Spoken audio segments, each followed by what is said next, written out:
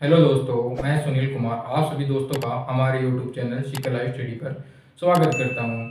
तो आज पढ़ेंगे हम जो 14 नवंबर को जो क्वेश्चन पूछे गए थे ना मैथ में, जो कौन कौन से क्वेश्चन पूछे गए हैं उन सभी क्वेश्चनों के बारे में हम चर्चा कर देंगे। और आने वाले पेपर में जो क्वेश्चन पूछे जाएंगे उन क्वेश्चनों के बारे में भी हम विस्तार रूप से चर्चा करते हैं। कौन कौन से पूछे जाएंगे आगे भी और अभी पूछे गए हैं सभी के बारे में हम चर्चा कर रहे हैं। तो पहला क्वेश्चन है लैस और मैसा का गुणनफल 48 है तथा दो संख्याओं का अंतर 13 है, तो वह संख्या क्या है। लैस एलसीएम और एचसीएफ का गुणनफल कितना है 48 है। और दो संख्याओं का अंतर कितना है, ए और बी का अंतर कितना है 13। सबसे बड़ी संख्या ए, सबसे छोटी संख्या बी। तो एक हम मुंह जबानी भी कर सकते हैं। 16 मान लेते हैं, इसकी जगह ए की जगह 16 और बी की जगह 3 मान लेते तो इनका अंतर कितना हो गया 16 माइनस 3, अंतर कितना हो गया 13। तो वह संख्या कौन कौन सी थी, एक तो होगी 16 और एक होगी 3। दो संख्याएं हैं ये 16 और 3। उसके बाद में नेक्स्ट क्वेश्चन है कि प्रिंसिपल हमें दिया गया है 1500 रुपये और दर दी गई है 5% और समय दिया गया है 3 साल। तो ऐसा ही पूछा गया है। तो ऐसा ही याद करने का सूत्र है PRT बट्टे 100। P का मान कितना है, P का मान है हमारे पास 1500 रुपये और R का मान 5% और T का मान है हमारे पास 3 बटा 100। किस सूत्र के अकॉर्डिंग बटा 100, 2 0 से 2 0 कट जाएगा। 15 इंटू 5 थी 15, 15 इंटू 15 225। हमारे पास कितना आ गया, ऐसा ही कितना आ गया 225 रुपये आ गया। उसके बाद में नेक्स्ट क्वेश्चन है कोई वस्तु 350 रुपए की हानि पर 46 रुपए में बेची जाती है, तो हानि प्रतिशत क्या होगी। कोई वस्तु 350 रुपए में हानि पर बेच रहा है और 4650 रुपए में बेची जा रही है। तो हानि कब होती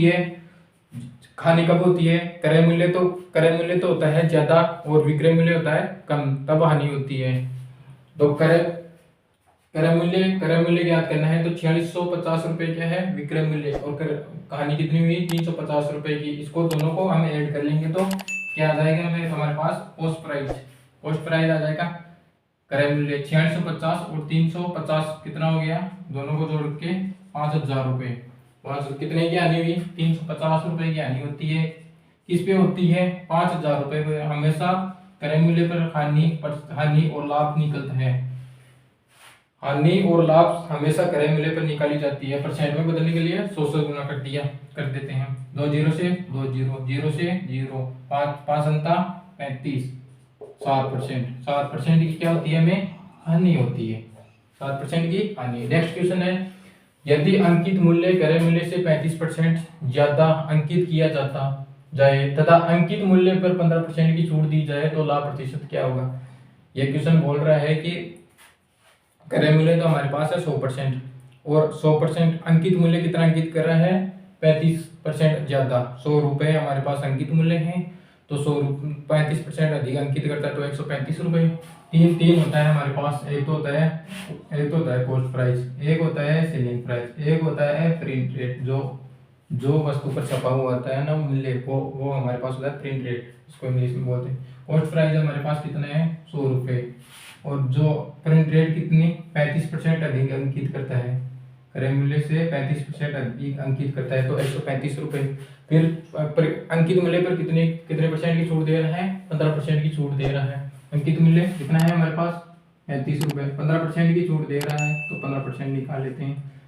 15% निकाले 5 से कटो इसको, 5 3 15, 5 चौका 5 से कट गया 5 दूनी 10, फिर 5 से कट रहा है 5 दूनी 10, 5 संता 35, 5 से कट गया 5 चौका 20, गुणा कर दो 3 संता 21, हासिल 2, 3 दूना 6, 4 2 8 बटे 4, 4 से काटो इसको, 4 से भाग दो इसको, 4 से भाग दो, 4 दूनी 8, भाग नहीं दिया तो 0, 4 एकम 4, 4 दूनी 8, 4 4 पंजे 20, 20.25। तो 20 प्रिंट रेट हमारे पास कितना है 135 रुपए प्रिंट रेट है। छूट कितने की दिया 20.75 की। 135 में से 20.75 घटाएंगे तो 114.75 आ जाएगा। तो कितने खरीदी कितने में, 100 रुपए में, बेची कितने में, 14.75 रुपए में, कितने का लाभ हुआ, कितने का लाभ हुआ, 14.75 रुपए का लाभ हुआ। 14.75 का लाभ होता है, किस पे होता है, सो क्रय मूल्य। हमेशा लाभ और हानि क्रय मूल्य पे निकाल दे तो कितने का लाभ हुआ, 14.75 रुपए का लाभ हुआ, किस पे हुआ, क्रय मूल्य पे। 100% में बदलने के लिए, इसको प्रतिशत में बदलने के लिए 100 से गुणा कर दिया, 2 जीरो से 2 जीरो कट गई, तो 14.75% का क्या हुआ, लाभ हुआ हमारे को। फिर नेक्स्ट क्वेश्चन है 20 विद्यार्थियों का औसत 70, अगले 20 विद्यार्थियों का औसत कितना है, 60, तथा अगले 10 विद्यार्थियों का औसत 55 है, तो सभी विद्यार्थियों का औसत क्या होगा। तो हम इस पहले तो इसका योग निकालेंगे। योग बराबर होता है कुलपद हो गया, योग बराबर कुलपद इंटू औसत। योग निकालने का फॉर्मूला है कुलपद योग बराबर कुलपद इंटू औसत। कुलपद की 20 विद्यार्थी है, औसत कितना है 20 विद्यार्थियों का 70, तो 20 को 70 से गुना करेंगे तो 1400, 7 दूनी 14। फिर अगले 20 विद्यार्थियों का औसत कितना है 60, तो इस 6 दूनी 12, 1200 योग आ गया इनका। फिर अगले 10 विद्यार्थियों का औसत कितना है 55 है, अगले 10 विद्यार्थियों का औसत कितना आ गया 55, तो गुना करेंगे तो 55 को 10 से गुना करेंगे तो 550, इनको जोड़ेंगे तो हम 0 0 0 0 0 5 5 4 2 6 6 6 5 11 11 को हासिल की 1 1 2 2 3, कुल योग कितना आ गया, कुल योग आ गया 3150, 50 आ गया 3150। कुल विद्यार्थी कितने, 20 20 40 40 10 50, कुल विद्यार्थी 50। तो औसत ज्ञात करने का फॉर्मूला था औसत बराबर कुल पदों का योग बटा कुल पद। औसत ज्ञात करने का फॉर्मूला है औसत बराबर कुल पदों का योग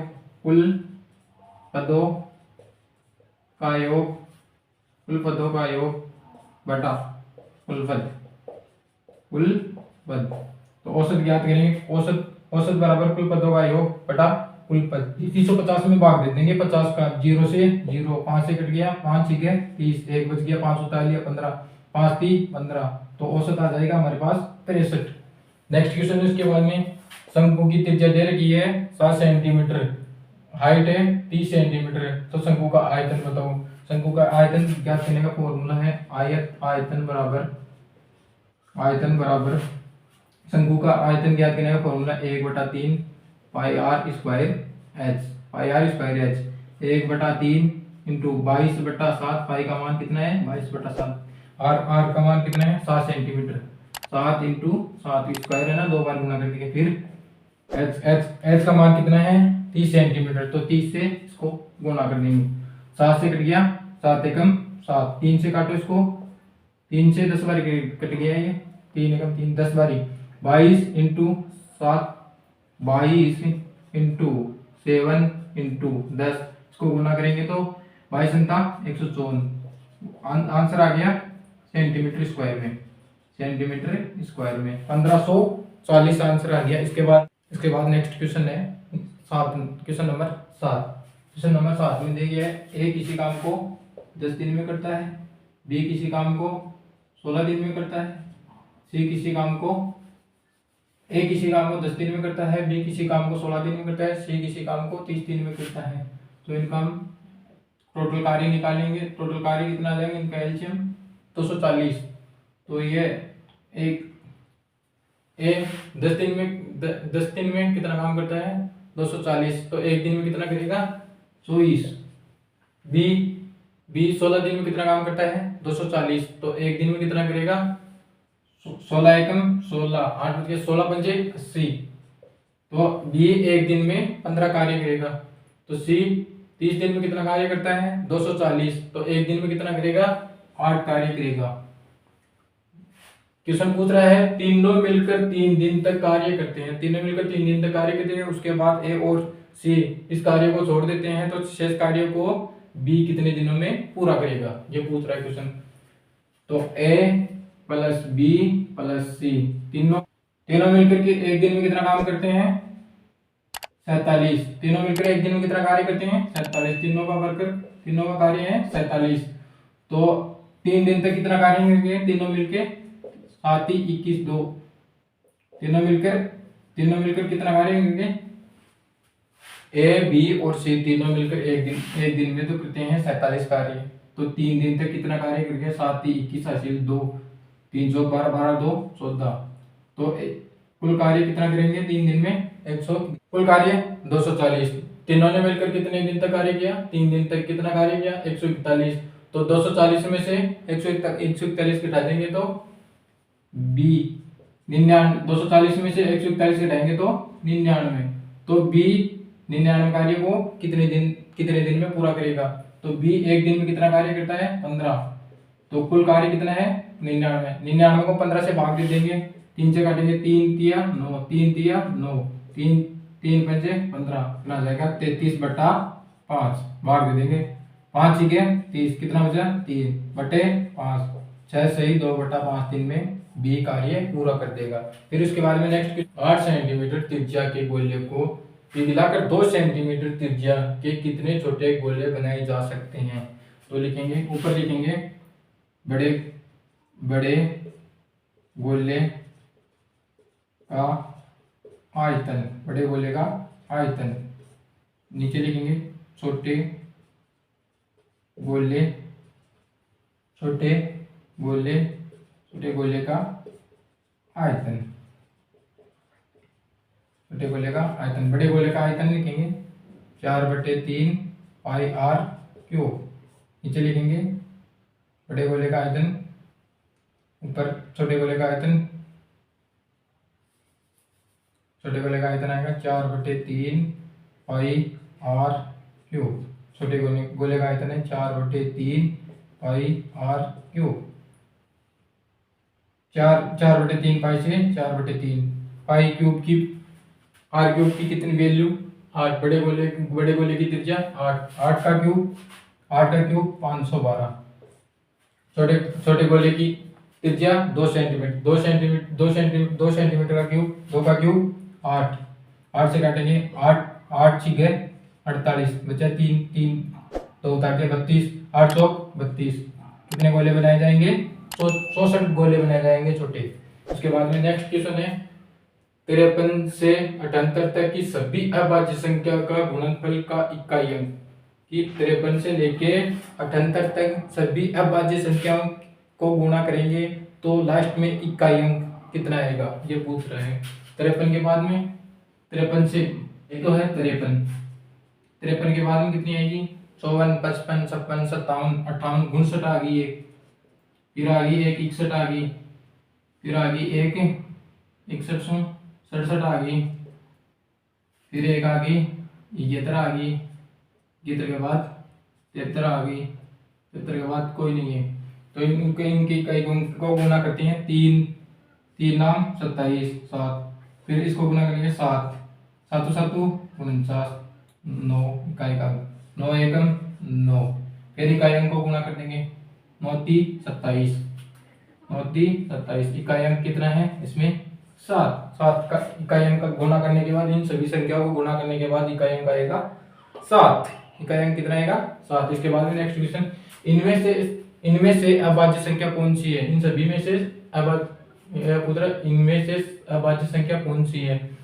तो 78 तो 2 से डिवाइड होता है 81 3 से डिवाइड होता है 87 3 से डिवाइड होता है 97 किसी से भी डिवाइड नहीं होता। तो यह है अभाज्य संख्या 87 एक अभाज्य संख्या है। उसके बाद नेक्स्ट क्वेश्चन है x बराबर 6 y बराबर 4। इन सभी को इनको सोल्व करके आरोही क्रम में व्यवस्थित करें। कौन सी संख्या पहले आएगी कौन सी संख्या बाद में आएगी छोटे से बड़े में व्यवस्थित करना।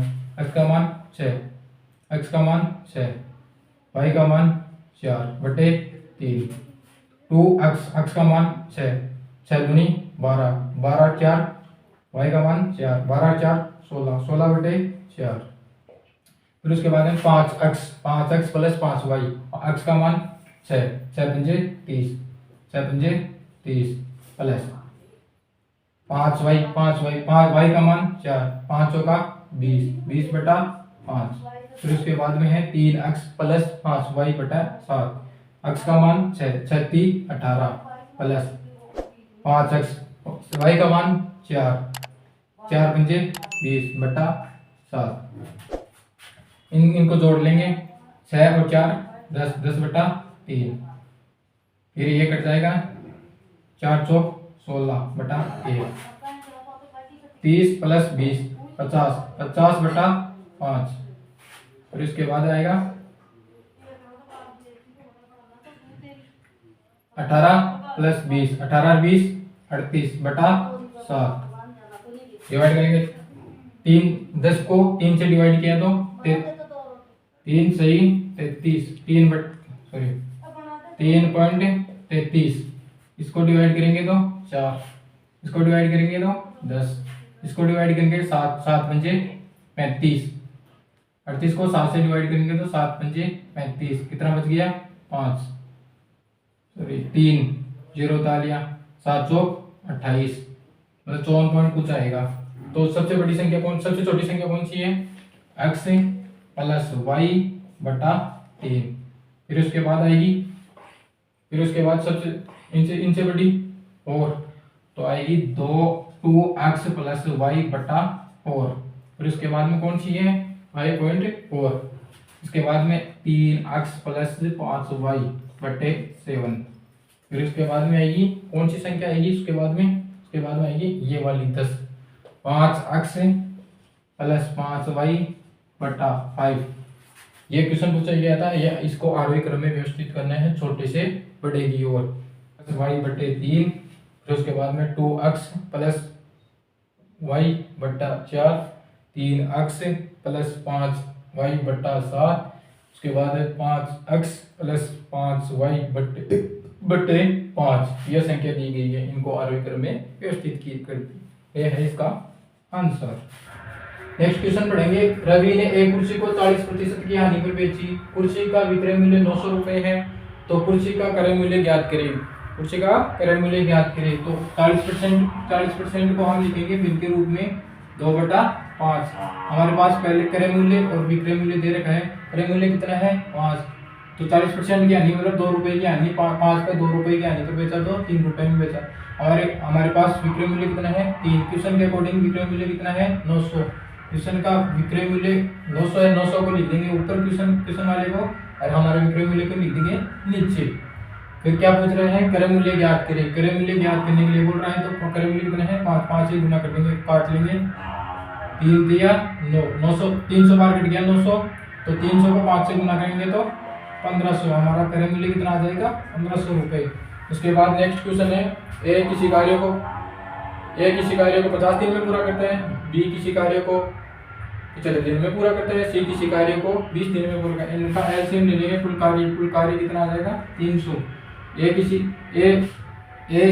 50 दिन में कितना कार्य करता है 300 कार्य करता है, तो एक दिन में कितना कार्य करेगा 6 कार्य करेगा एक दिन में ए।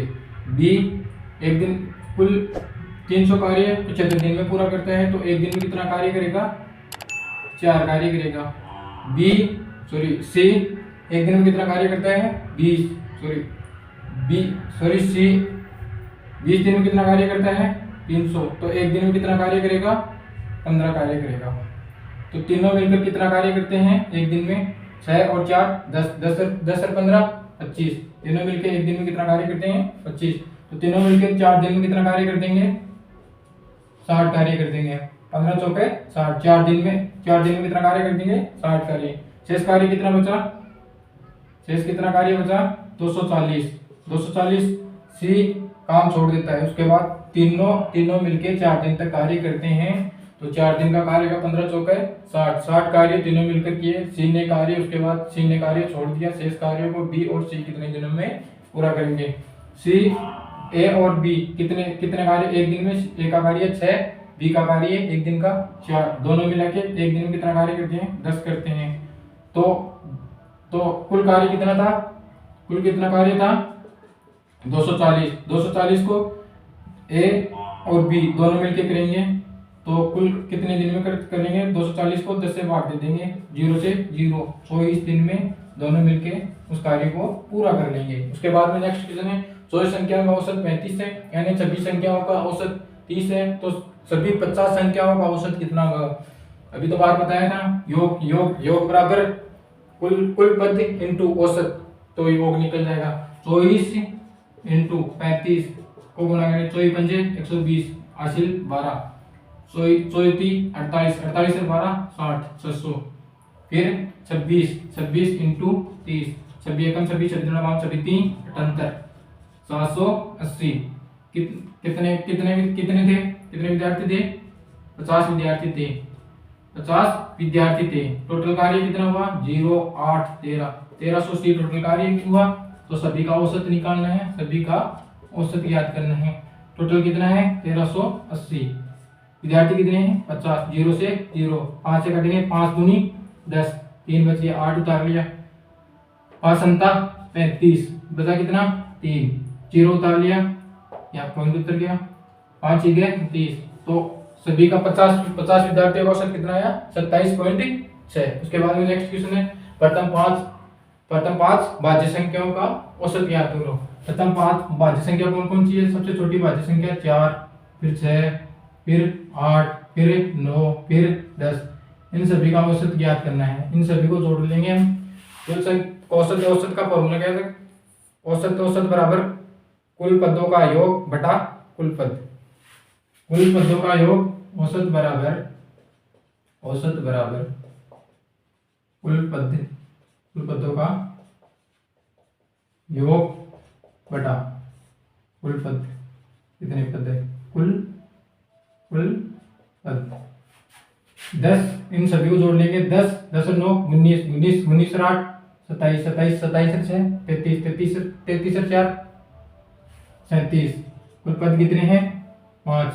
1 2 3 4 5। कुल कितने पद है? 5 है। 5 से डिवाइड कर देंगे 37 को, 5 संता 35। कितने बच गए? 2 2 2 5 से डिवाइड नहीं हो रहा, तो भाग तोड़ की बिंदु, तो यहाँ 0 उतर जाएगा। 5 का 20। औसत कितना आ गया 500 संख्या का? 7.4। फिर नेक्स्ट क्वेश्चन है 19 नंबर क्वेश्चन, पांचवी अभाज्य संख्या एवं 100 से अगली वाली अभाज्य संख्या का गुणनफल क्या होगा? पांचवी संख्या कौन सी होगी? पहली तो होगी 2, फिर 3, फिर 5, फिर 7, फिर 11। पांचवी संख्या कौन सी है? 11 तो होगी। पांचवी संख्या तो होगी 11। 100 से अगली वाली संख्या होगी अभाज्य संख्या 101। इनका गुणनफल पूछ रहा है। 11 एकम 11 उतर जाएगा, 11 एकम 11। और ये गुणनफल कितना आ गया? 1111। उसके बाद में नेक्स्ट क्वेश्चन पूछा गया था, उस त्रिभुज का क्षेत्रफल ज्ञात करो जिसकी भुजाएं क्रमशः 13 सेंटीमीटर, 17 सेंटीमीटर और 18 सेंटीमीटर लंबी है। कौन सा त्रिभुज है ये? 13 सेंटीमीटर, 17 सेंटीमीटर और 18 सेंटीमीटर। ये है विषमबाहु त्रिभुज। यह है विषमबाहु त्रिभुज है। सबसे बड़ी भुजा 18 सेंटीमीटर, फिर 17 सेंटीमीटर, ये फिर 13 सेंटीमीटर। पहले तो इसका निकालेंगे हम अर्ध परिमाप को ऐसे डिवाइड करते हैं। इन सभी को जोड़ देंगे पहले तो। 18 और 17 35 35 35 और 13 48। 48 को अर्ध परिमाप निकाल, 48 को 2 से डिवाइड कर देंगे, तो अर्ध परिमाप कितना आ गया? 24 सेंटीमीटर। तो इसका सूत्र हीरोन के सूत्र से इसका क्षेत्रफल ज्ञात कर लेंगे। हीरोन का हीरोन के सूत्र से ज्ञात कर लेंगे। हीरोन का सूत्र क्या है? S - A S - B S - C। तो S कितना है? 24। फिर पूछेगा S - A S 24 में से 1 घटा लेंगे, 24 में से 1 घटाएंगे 13 घटाएंगे, 24 में से 13 घटाएंगे तो 11 इंटू 24 में से 13 घटाएंगे तो 11। फिर उसके बाद 24 में से 18 घटाएंगे तो 6, फिर 24 में से 17 घटाएंगे तो 7। तो इनका पूछ रहा है क्षेत्रफल। 24 को कैसे लिखेंगे? 6 इंटू 8 या 8 3 सॉरी 6 इंटू 4। फिर इसको लिखेंगे 11 इंटू 7, 11 इंटू 6 इंटू 7 ऐसे लिखेंगे। 6 6 छः कॉमन आया 12 आ जाएगा, 4 2 आ जाएगा, 6 इंटू 2 रूट में रह जाएगा 11 7 77, 11 7 77 रह जाएगा। तो 12 रूट 77 सेंटीमीटर स्क्वायर इसका आंसर आ जाएगा इस समबाहु त्रिभुज का क्षेत्रफल का। नेक्स्ट क्वेश्चन पढ़ते हैं, क्वेश्चन नंबर 21। 21 बोल रहा है 60 किलोमीटर की दूरी 60 किलोमीटर प्रति घंटे की चाल से तय करनी है तो कितना घंटा लगेगा। 30 किलोमीटर की दूरी 60 किलोमीटर प्रति घंटे की चाल से तय करनी है। 30 किलोमीटर की दूरी 30 किलोमीटर प्रति घंटे की चाल से तय करनी है तो कितना टाइम लगेगा, ये पूछ रहा है। तो उसकी औसत चाल बतानी है। तो पहले तो उसका समय याद कर लेते हैं। समय बराबर दूरी बटा साल। तो 60 किलोमीटर की दूरी किस चाल से, 60 किलोमीटर प्रति घंटे की चाल से, तो कितना टाइम लगेगा, 1 घंटा। क्या 1 घंटा। फिर 30 किलोमीटर की दूरी तय करने में 30 किलोमीटर की दूरी 60 किलोमीटर की चाल से तय करने में 30 सेकंड 30 गुना 20 कितना घंटा लगेगा, आधा घंटा। तो इसको तय करने में आधा घंटा लगेगा। 30 किलोमीटर की दूरी को 30 किलोमीटर प्रति घंटे की चाल से तय करने में 30 किलोमीटर की दूरी को 30 किलोमीटर प्रति घंटे की चाल से तय करने में कितना घंटा लगेगा, 1 घंटा। तो कुल दूरी औसत चाल बराबर कुल दूरी बटा कुल समय। तो चाल बराबर कुल दूरी कितनी होगी, 60 प्लस 30 90 और 30 120, कुल दूरी होगी 120। समय कितना हो गया, आधा, सॉरी 1 आधा, डेढ़ ढाई समय हो गया। तो पॉइंट हटाएंगे तो यहाँ पर आ जाएगी एक 0। 25 से काट दो, 25 एकम 25, 25 चौका 100, 20 बच गया 0 40 100, 25 चौका 55 200। तो औसत चाल आ गई 48 किलोमीटर प्रति घंटा। इसकी औसत चाल आ गई 48 किलोमीटर प्रति घंटा। नेक्स्ट क्वेश्चन है, 2 रेलगाड़ियाँ, एक की चाल है 42, एक चलती है 42 किलोमीटर प्रति घंटे की चाल से, एक चलती है 84 किलोमीटर प्रति घंटे की चाल से गति से समान दिशा में चल रही है। तो जिनकी लंबाई क्रम से 320 मीटर तथा 380 मीटर। तो तेज गति वाली रेलगाड़ी धीमी गति वाली रेलगाड़ी को पार करने में कितना समय लेगी। तो सापेक्ष काल से वह अपनी दूरी को तय करेगी। सापेक्ष काल का सूत्र होता है सापेक्ष काल। पहली बड़ी लंबाई से बड़ी वाली लंबाई से छोटी वाली लंबाई को घटा लेंगे, जैसे कि b माइनस a, ऐसे घटाएंगे। सापेक्ष काल बराबर दूरी कितनी होगी, 380 और प्लस 320 दोनों को ऐड कर लेंगे तो कितनी आ जाएगी 380 प्लस 320 700। दूरी कितनी आ गई 700। तो चाल इनका अंतर ले लेंगे 42 और 21 का अंतर हो जाएगा 42। ये मीटर में है तो ये किलोमीटर में है, तो इसको भी इसमें बदलेंगे हम मीटर में। 5/18 से गुना कर देंगे तो काटापीटी कर लो। 7 छिगे 42, ससंतु 42, 36 18, 7 से कटा 100 बार, 5 से कटा 20 बार, तो 20 पंजे 60, तो 60 सेकंड आ गई। तेज गति वाली रेलगाड़ी धीमी गति वाली रेलगाड़ी को 60 सेकंड में पार कर जाएगी। 10 पुरुष या 12 महिलाएं एक काम को 10 दिनों में पूरा कर सकती हैं। यदि 5 पुरुष और 2 महिलाएं एक साथ काम शुरू करते हैं तो इन्हें काम पूरा करने में कितना दिन लगेगा। 10 पुरुष 10 से गुना कर दो 100 मेन बराबर 10 से गुना करो 12 को 120 डब्ल्यू। काटा पीटी कर लो आप। 20 से कटा 20 पंजे 100, 20 चिकानी 120, तो m 5m बराबर 6 डब्ल्यू। तो m बटे में आ जाएगा w बराबर 6 बटा ये यहाँ क्रॉस मल्टीप्लाई में नीचे आ जाएगा तो 5। एक दिन में आदमी कितना काम करता है 6, और एक दिन में औरत कितना काम करती है 5। तो टोटल कार्य यहाँ से निकाल लो चाहे यहाँ से निकाल लो, बराबर आएगा। तो यहाँ से निकालना मैं पसंद करूँगा। कुल कार्य कितना आ जाएगा 600 आ जाएगा। कुल कार्य निकालेंगे यहाँ से, कुल कार्य कुल काम निकालेंगे 100 m। तो m की जगह यहाँ कितना है 6। एक दिन में कितना करता है 6, तो 100 दिन में कितना करेगा 100 × 6 बराबर कुल कार्य आ जाएगा 600। कुल कार्य कितना आ गया 600। फिर पूछ रहा है यदि 5 पुरुष और 2 महिलाएं एक साथ काम शुरू करते हैं तो इन्हें काम पूरा करने में कितना दिन लगेगा। तो 2 कितने हैं 5 तो मेन है प्लस 2 वुमन है। तो एक वुमन एक दिन में कितना काम करती है, सॉरी एक मैन एक दिन में कितना काम करता है 6 करता है। तो 6 × 5 = 30 और 2 एक वुमन एक दिन में 5 काम, 2 वुमन 2 दिन में कितना करके 5 × 10। तो दोनों मिला के एक दिन में कितना काम करेगी 40। कुल कार्य कितना है 600। 600 को 600/40 600/40 एक दिन कितने दिन में कार्य करेंगे 0 से 0 4 से रहता 4 एकम 4 4 दूनी सॉरी 4 एकम 4 4 × 5 = 20।